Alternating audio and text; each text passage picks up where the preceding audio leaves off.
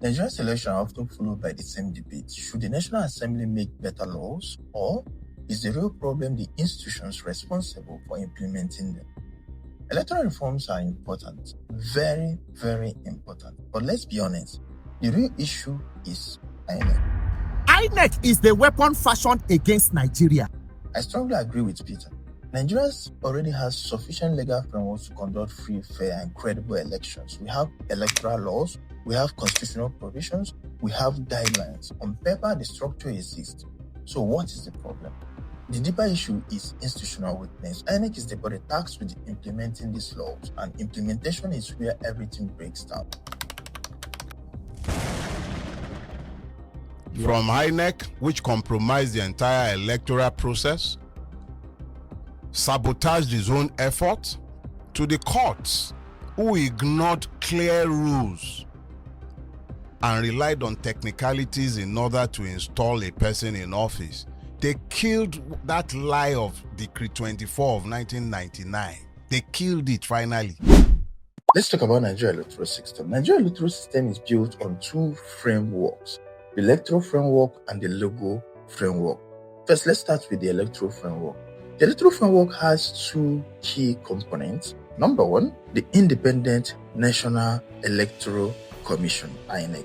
INEC is responsible for organizing, conducting, and supervising elections. Number two, the National Assembly. The National Assembly responsibility is to make and amend electoral laws, including the Electoral Act. So the structure is clear.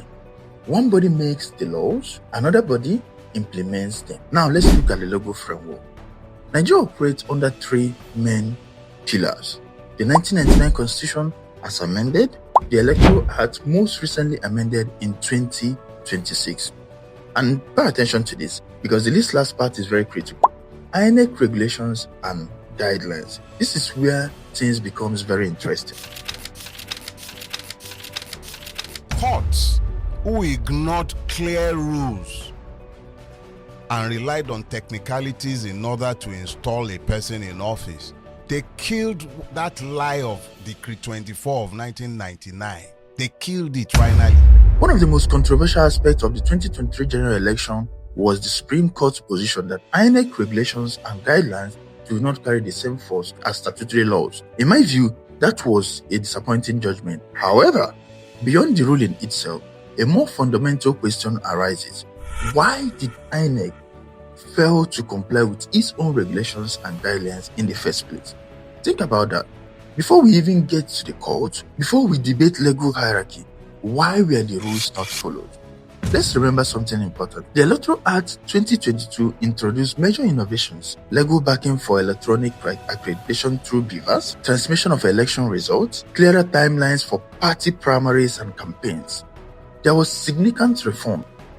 INEC then established specific rules governing the conduct of elections, procedures related to technology deployment, result transmission, transparency mechanisms. These regulations were publicly communicated by then Mahmoud Yakubu, the INEC chairman. Nigeria heard them, political parties relied on them, observers referenced them. They formed the basis upon which citizens assess the credibility of the electoral process. But then, when aspects of these guidelines were not followed, INEC still proceeded to announce the results. And after announcing those results, INEC went to court to defend them, despite widespread concern that its unstated procedures had not been adhered to. This creates a serious institutional contradiction. On one hand, you set the rules. On the other hand, you do not follow them. And then you go to court to argue the outcome of the election, that it should stand.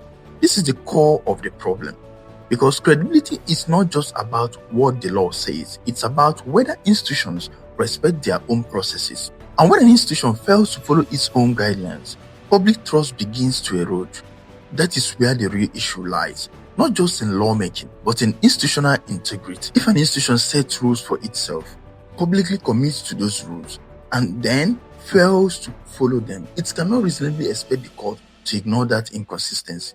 The deeper concern is not merely whether those regulations are legally binding in a strict statutory sense. The real concern is this: can a public institution act contrary to its own declared framework and face no consequences? That is where accountability becomes critical. Rather than focusing exclusively on the judicial's interpretation, we should first ask a more foundational question. Why did INEC depart from its own guidelines? This is the originating issue. If there are operational challenges, they should have been transparently explained. If there were technical difficulties, the public deserved clarity. If there were internal failures, they should have been independently investigated. Up till now, 2023 election has never. Silence creates suspicion. Transparency builds trust. A strong democracy requires institutional responsibility, and the elections, especially presidential elections, are among the most sensitive democratic processes. When deviations occur in such a process, there must be mechanism for inquiry. There must be mechanism for accountability. My calls for investigation are not rooted in hostility, they are rooted in principle. The principle that public institutions must answer for the inconsistencies that undermine public trust. Now I must say this. Please, I would like you to pay attention to the point that I'm making. This does not absolve the court from scrutiny. Judicial reasoning in election matters will always be debated, and it should be. But reform discussions must begin at the point where procedural integrity first broke down within the institution responsible for conducting the election. If credibility was damaged at the implementation stage, then that is where institutional reforms must begin, and which is the INEC.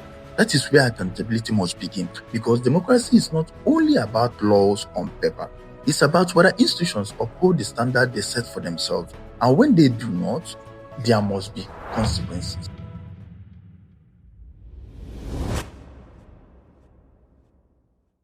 Let me give you the institutional failure of INEC. I'm a political conscious Nigerian, and I have voted in many elections, and I have also served as an ad hoc staff during elections. So I'm telling you what I know. So let's break this down. First, logistical inefficiencies. Repeated elections have revealed a pattern. Late arrival of materials at polling units, poor distribution planning, inconsistent adherence to established guidelines. These are not minor issues, they are operational failures. And operational failures undermine voter confidence. When materials arrive late, when processes are inconsistent, it opens the door for irregularities. And once confidence is shaken, people begin to lose trust in the process. Just imagine what happened in the FCCA AMAC election, the level of voter apathy.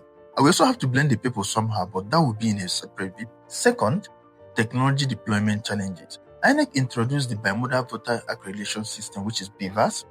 It promised electronic transmission of results to improve transparency. These were major reforms. But what happened?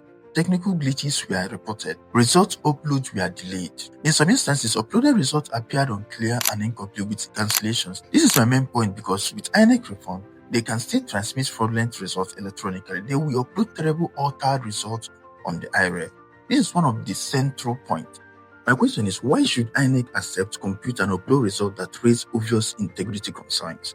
Even if the laws make electronic transmission compulsory, if the institution itself does not enforce quality control, fraudulent or compromised results could still be transmitted. The problem is not just transmission, it is validation. At the moment, INEC can still validate results without electronic transmission. Third, weak accountability mechanism. Institutional strength requires internal discipline. It requires transparent investigation of irregularities. It requires clear consequences for misconduct. When there are no visible sanctions, when there are no transparent reviews, skepticism grows, and skepticism weakens democracy. It is tempting to assume that passing new laws will solve electoral problems, but governance theory teaches us something very important. Institutional capacity matters more than the statutory laws. Nigeria does not suffer from a shortage of electoral laws. Nigeria suffers from inconsistent enforcement, weak internal controls, vulnerability to politicians' pressure and manipulations, and poor operational planning. The National Assembly can amend Electoral Act again and again, but if INEC fails to adhere strictly to timelines, applies rules inconsistently, or lacks technical readiness, the credibility gap will remain. Let's talk about the way forward. If institutional weakness is the core problem, then reform must focus on strengthening INEC, not merely expanding legislations.